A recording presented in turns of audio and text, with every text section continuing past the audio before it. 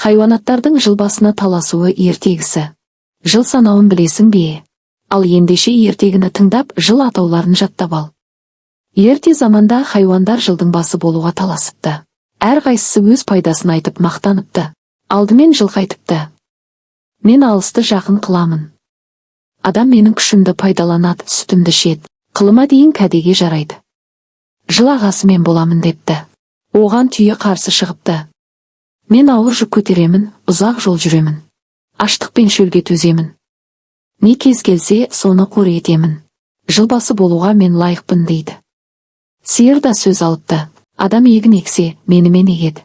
Сүтімнен түрлі тағам жасайды. Мен де пайдалы малмын депті.